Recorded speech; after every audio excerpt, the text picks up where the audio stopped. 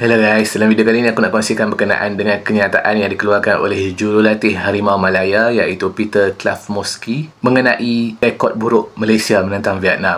Dalam video kali ini aku nak kongsikan berkenaan dengan satu petikan yang menarik yang diluahkan oleh Peter Klavmovsky yang mengakui rekod buruk Malaysia bermain menentang Vietnam, namun dia tidak melihat perkara tersebut sebagai satu perkara yang menghalang Harimau Malaya untuk menang pada perlawanan malam ini. Kata Klavmovsky, saya sangat berpuas hati dengan permain dan mereka bersedia memberikan persembahan terbaik. Kami telah membuat persiapan rapi dan beberapa pemain baru dari luar negara sudah menyertai pasukan. Kita boleh lihat semangat mereka setiap kali menjalani latihan. Kami sedang membina suasana kekeluargaan dalam pasukan kebangsaan ini. Peter Klavmovsky berkata demikian ketika sidang media semalam. Klavmovsky juga menambah beberapa info berkaitan dengan Harimau Malaya dengan berkata, kami tidak sabar untuk mempersembahkan semua itu dalam berlawanan esok. Dari sudut gangguan mungkin lebih kepada anda semua, yakni media yang seronok bercakap mengenainya. Bagi kami, kata Klavmovsky, kami hanya fokus untuk menjadi